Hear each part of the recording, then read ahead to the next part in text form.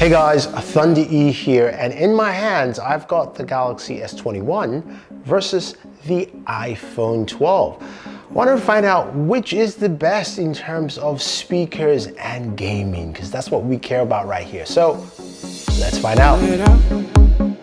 Keep it loud. All right guys, thank you for joining me on the channel. If you haven't subscribed already, hit the subscribe button and notification icon to watch more videos like this on the channel.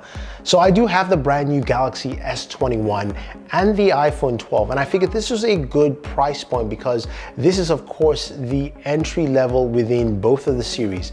Yes, I know there's an iPhone 12 mini, but as we've seen, Apple has cut production and is moving over to the 12 and 12 Pro. So most people are looking at the iPhone 12 if you're an iOS user. And of course, if you're a Galaxy user, then the Galaxy S21 is the device for you. So looking at both devices, they've got, of course, different cameras. We have the triple camera setup on the Galaxy S21, and we've got, of course, a dual camera setup. This is not a camera video, so I'm not showcasing that, but go ahead and check out Super Sap's video on that. He does a good job on it, as well as my buddy Danny Wingett. But what we care about is internals for gaming. But before we get to that, what about audio? It's really important in your gaming experience. Both of them have stereo speakers, with the Galaxy S21 using Dolby Atmos. So without wasting any more time, let's take a listen to audio from both speakers and then we'll find out.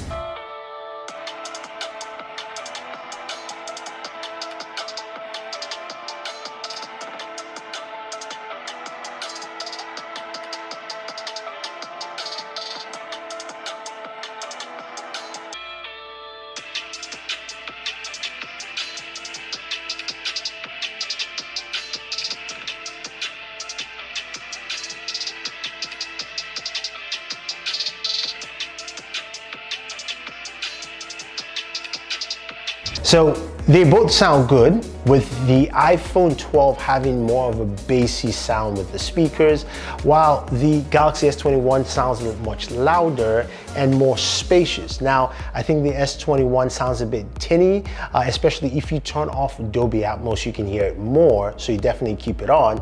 But I want you guys to let me know which of these two speakers you like. I'm kind of in between both. I prefer the S21 Ultra, honestly, but I would say these two on two different spectrums here. But anyway, let's get into gaming.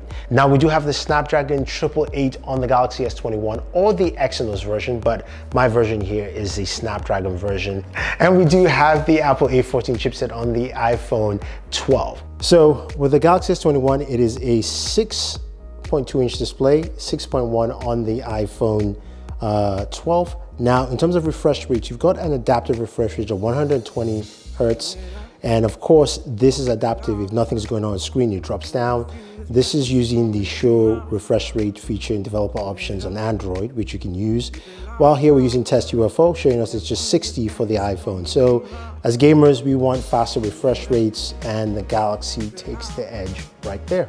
Now, what about benchmarks? We'll start with benchmarks because a lot of people like that as opposed to just jumping into gameplay. We'll check out some gameplay sessions as well. So looking at our Geek Benchmark 5 benchmarks for both devices, we can see that the Galaxy S21 comes in a single core at 1076, while the iPhone 12 comes in at 1588. So roughly almost 500 points higher than the Snapdragon 888, while the multi-core on the Galaxy S21 is at 3269. The multi-core on the iPhone 12 is at 4096. Man, that is huge. That is really massive in terms of the gap here. But to me, all of that means nothing until we look at how it performs with games. Now, as you guys know, I love playing mobile games, and the games we're checking out for this video is really simple. We're going to be checking out, of course, Call of Duty Mobile, which is like a baseline for both, Pubg Mobile, and of course, Genshin Impact. Now you've probably seen me use different accessories to game on my, of course, Android devices and the Galaxy. I like to use the Razer Kishi, which is my go-to, but I do have others from GameStar and Flywheel, and I'll have the links for you down below. And for the iPhone, you saw that backbone controller and you're going like, what is that? It's a really cool controller, and I think probably the best controller for the iPhone. But let's take a look at our very first two games and look at what we have in terms of benchmarks. Start off with Pubg Mobile, not Call of Duty Mobile, but Pubg Mobile, with settings here at Ultra HD Ultra for the S21. We got 40 frames per second with 100% FPS stability, while for the iPhone 12 we got 43 frames per second with 99% stability. It's 2 FPS more, doesn't really matter. But looking at the CPU usage, the iPhone is at 53%, GPU is at 32%. Now granted, GPU is not registered on the Galaxy. The CPU usage is rated at 10.94. Now, memory usage is much higher on the Galaxy at 840 in terms of the average memory, while it's 675 megabits per second on the iPhone. So again, very similar. FPS is higher on the iPhone, but it's more consistent on the Galaxy. Granted, it's only by 3 FPS points. So when we go over to check, of course, Smooth Extreme, which is the next setting you can use, I like to use with Pubg Mobile. Looking at the Galaxy S21, 60 frames per second, 100% FPS stability, which is great, while the iPhone is at 59% with 100% FPS stability. Again, this is marginal in the line of error, so I think that's fine. CPU usage here for the iPhone is at 56.5% or 50%, while the Galaxy, it's at 13.50. Again, it's registering low. Maybe that would change when we get an update to supporting the GPU software, but again, it's just giving me that. But in terms of memory, we're looking at 863 for the Galaxy, while it's 671 megabits per second for the iPhone. So again, memory usage there is lower. Now, when we move over to Call of Duty Mobile, now, of course, this one we expect it to run well because the game always runs well. I mean, it's COD Mobile, it's not intensive, but it's a good baseline just to check out. 60 FPS, 99% stability for the Galaxy S21 with 1,132 megabytes of memory usage. Again, CPU is at 10.81, so I'll kind of discard that because it's very similar there. Now with the iPhone, we're looking at 59 frames per second with 100% FPS stability, and the memory usage is 941, so a bit higher here with Call of Duty Mobile as opposed to what we had on PUBG. Now, of course, finally, we're going to move over to, Genshin Impact, which of course is a game that is graphically intensive. I, of course, set the game to 60 frames per second, which is the highest you can do. And on the Galaxy S21, we're looking at 60 frames per second, 99% FPS stability. CPU usage just show up higher at 27%, and its memory usage is at 1,417 for its average memory usage. So much higher there. And when we go over to the iPhone 12, we're looking at 58 frames per second. So this is 2 frames lower, and stability is also dropped down to 97%. And CPU usage here on the iPhone is really high, 93.59%. Now, again, I don't fully trust my readings for CPU usage on the Galaxy, but again, it's just really much higher here. And the average memory usage is 1,130. So what does that all mean? I threw numbers out there for you and you're going, okay, but Thunder E, we saw it ran well. And if you look at both gameplays, they run really well on any of those games I mentioned. What it means is simply this: both systems can run games really well.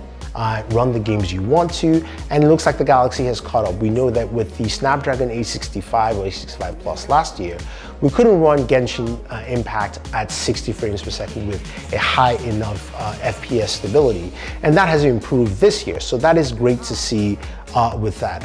And it doesn't really matter with benchmark scores, because yes, the iPhone had higher benchmark scores, but it ran well. And it also doesn't really matter with memory as well, because the Galaxy has 8 gigs of RAM and the iPhone 12 is ringing around 3 or 4. And that runs well as well. So it all depends on how things are optimized on the system. Now, you're gonna ask me about temperatures. This is where Samsung has caught up with Apple. Now, usually we know there's a lot of thermal cooling on Samsung devices. They haven't mentioned much this year. The iPhone was running at about 103, 104 degrees. The Galaxy was also running at 103 and 104 degrees. So special cooling or not, it doesn't really do anything. I don't know if it has this year, but temperatures, they're running about the same.